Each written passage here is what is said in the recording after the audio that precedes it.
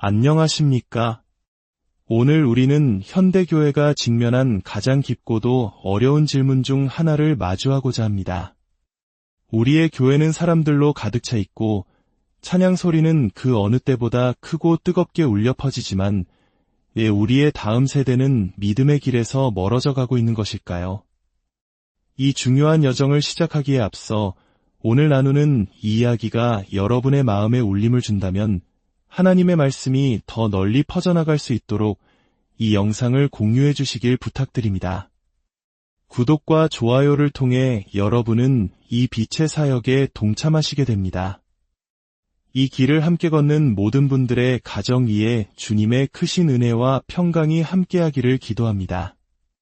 성경 에베소서 6장 4절은 우리에게 매우 분명하고 직접적인 메시지를 전달합니다. 또 아비들아, 너희 자녀를 노엽게 하지 말고 오직 주의 교훈과 훈계로 양육하라. 혹시 이 말씀의 무게가 잘 느껴지지 않으신다면 사도 바울이 10계명 중 제5계명 내 부모를 공경하라를 인용하며 가정의 질서를 강조했다는 사실을 떠올려 보십시오. 만약 그것으로도 부족하다면 성경은 흑백이 분명한 언어로 다시 한번 못 박습니다. 아비들아, 그리고 또다시 아비들아, 바로 아버지들입니다. 오늘날 많은 교회가 어떻게 하면 남성 성도들을 다시 교회로 이끌고 그들의 열정을 불태울 수 있을지 고민합니다. 어떻게 하면 그들에게 도전 의식을 심어주고 교회의 사역에 적극적으로 참여하게 할 수 있을까요? 하나님께서는 이미 그 답을 주셨습니다. 아비들아, 너희 자녀를 노엽게 하지 말고 오직 주의 교훈과 훈계로 양육하라. 이보다 더 명확한 해답은 없습니다. 성경은 다음 세대의 복음화와 제자 양육의 중심지가 바로 가정이라고 선포하고 있습니다. 그리고 그 가정의 영적 제사장은 바로 아버지입니다. 그런데 우리는 지난 수십 년간 무엇을 해왔습니까? 우리는 이 거룩한 책임을 전문가에게 아웃소싱했습니다. 주일학교 교사에게, 청소년부 전도사님이나 목사님에게 모든 것을 맡겨버렸습니다. 마치 그것이 교회의 시스템이고 가장 효율적인 방법인 것처럼 말입니다. 한 가지 흥미로운 질문을 던져보겠습니다. 만약 여러분의 교회 성도들이 11조를 내지 않는다면 교회가 그들을 대신해서 11조를 내주는 사역을 만들지는 않겠지요. 아닙니다. 우리는 그들에게 11조가 성경적인 의무임을 가르치고 그들이 스스로 순종하도록 권면하고 기대할 것입니다. 이것이 당연한 원리입니다. 그렇다면 유독 다음 세대를 제자 삼는 이 가장 중요한 사명에 대해서는 다른 잣대를 적용하는 것일까요? 왜 아버지들이 그 역할을 감당할 능력이 없다고, 방법을 모른다고 쉽게 단정해버리는 것입니까? 우리가 지금 하고 있는 모든 전도와 양육의 노력은 어쩌면 밑 빠진 독에 물을 붓고 있는 것과 같습니다. 겉으로는 채워지는 것 같지만 실제로는 모든 것이 새어나가고 있습니다. 우리는 영적으로 성장하고 있지 않습니다. 미국의 저명한 기독교 연구기관들의 조사에 따르면 스스로를 기독교인이라고 말하는 10대 청소년들 중 성경적 세계관을 가지고 살아가는 비율은 10% 미만에 불과하다고 합니다.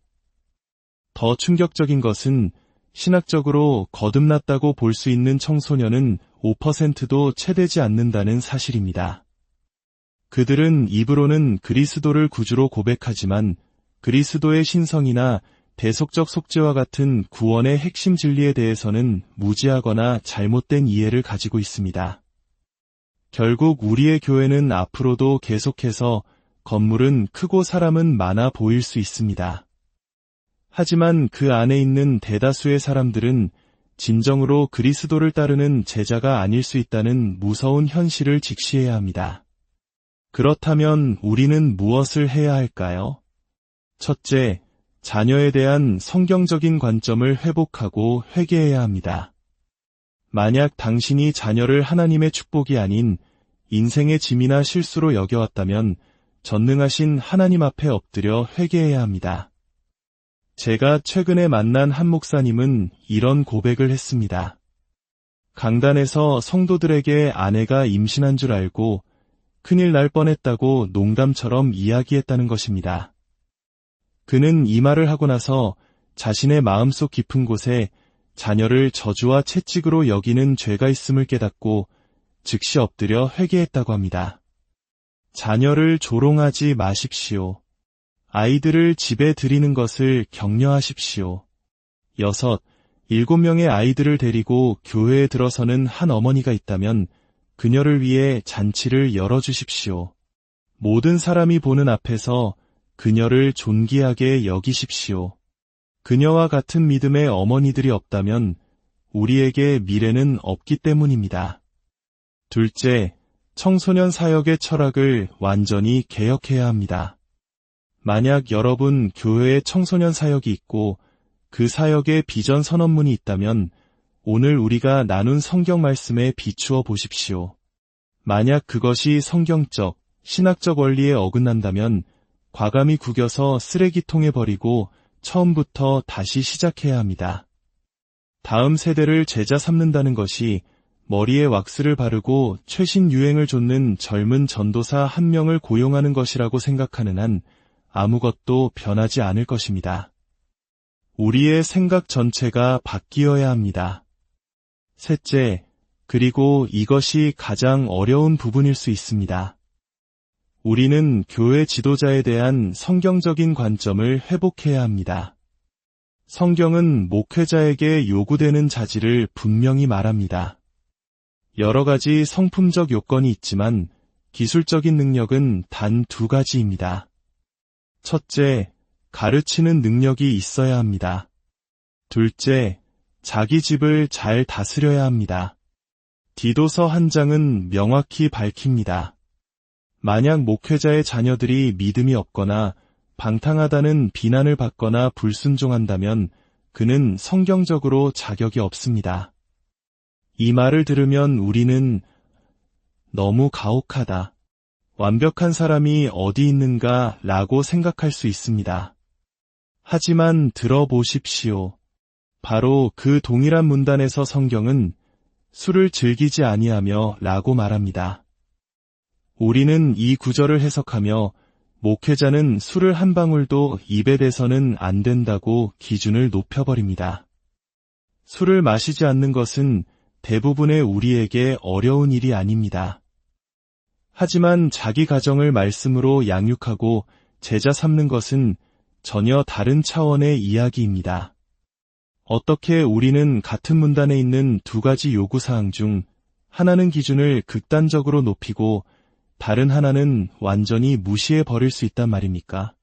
우리 가정들이 왜 혼란 속에 있는지 아십니까? 많은 교회들이 목회자를 청빙할 때 그의 가족을 만나보지도 않고 설교 한 번만 듣고 투표하기 때문입니다. 성경은 자신의 자녀들을 모범적으로 양육하지 못하는 사람은 목회자라 불릴 자격이 없다고 말하는데도 말입니다. 머리부터 발끝까지 우리는 가정에 대해 완전히 잘못된 길을 가고 있습니다. 그리고 우리는 문화전쟁에서 한 번에 한 가정씩 패배하고 있습니다. 상황이 너무나 비참해져서 이제는 PK, 즉 목회자 자녀가 마치 악마에게서 자란 것처럼 행동하는 것이 거의 일반적인 현상처럼 여겨지는 지경에 이르렀습니다. 만약 교회가 하나의 기업이라면 이런 모습은 용납될 수 있습니다. 기계의 꼭대기에 서서 한쪽으로 사람들을 집어넣어 반대편으로 더 많은 사람이 나오게만 하면 되니까요. 하지만 교회가 가정들의 가족이라면 그리고 하나님께서 각 가정이 자녀를 제자 삼도록 기대하고 준비시키신다는 것을 우리가 진정으로 믿는다면 그 공동체의 선두에 서는 사람들은 마땅히 모범적인 남편이자 모범적인 아버지가 되어야 합니다. 이 진리를 우리가 마음 깊이 믿고 실천하기 전까지 우리는 계속해서 무너질 것입니다. 17세기 영국의 청교도 목회자였던 리처드 백스터는 이렇게 말했습니다. 만일 당신이 경건하지 못하고 당신의 가족에게 하나님을 경외하는 법을 가르치지 않고 그들의 죄를 지적하지 않으며 그들의 헛된 말을 바로잡지 않고 그들의 구원의 문제에 대해 솔직하게 다루지 않는다면 그들은 당신이 그런 것들은 불필요하며 당신처럼 살아도 괜찮다고 설교하는 것으로 받아들일 것이다. 강단이 흐리면 성도석은 안개 속에 잠깁니다. 우리가 먼저 그리스도를 위한 용사들로 가득한 가정을 세우는 일에 헌신하지 않는다면 우리는 결코 우리의 자녀들에게 그렇게 살라고 말할 수 없을 것입니다. 이것은 절망의 메시지가 아닙니다. 이것은 하나님께서 정하신 본래의 아름다운 질서를 회복하라는 부르심입니다. 모든 것은 가정에서 시작됩니다. 모든 것은 아버지의 무릎에서 시작됩니다. 오늘 이 말씀을 듣는 모든 아버지들, 그리고 미래의 아버지가 될 모든 형제님들, 그리고 남편과 아들을 위해 기도하는 모든 어머님들과 자매님들께 주님의 강건적인 은혜가 임하기를 소망합니다. 무너진 가정의 예배를 다시 세우고 말씀의 반석 위에 다음 세대를 굳건히 세우는 거룩한 사명을 감당하는 여러분 모두가 되시기를 우리 주 예수 그리스도의 이름으로 축복하고 기도합니다.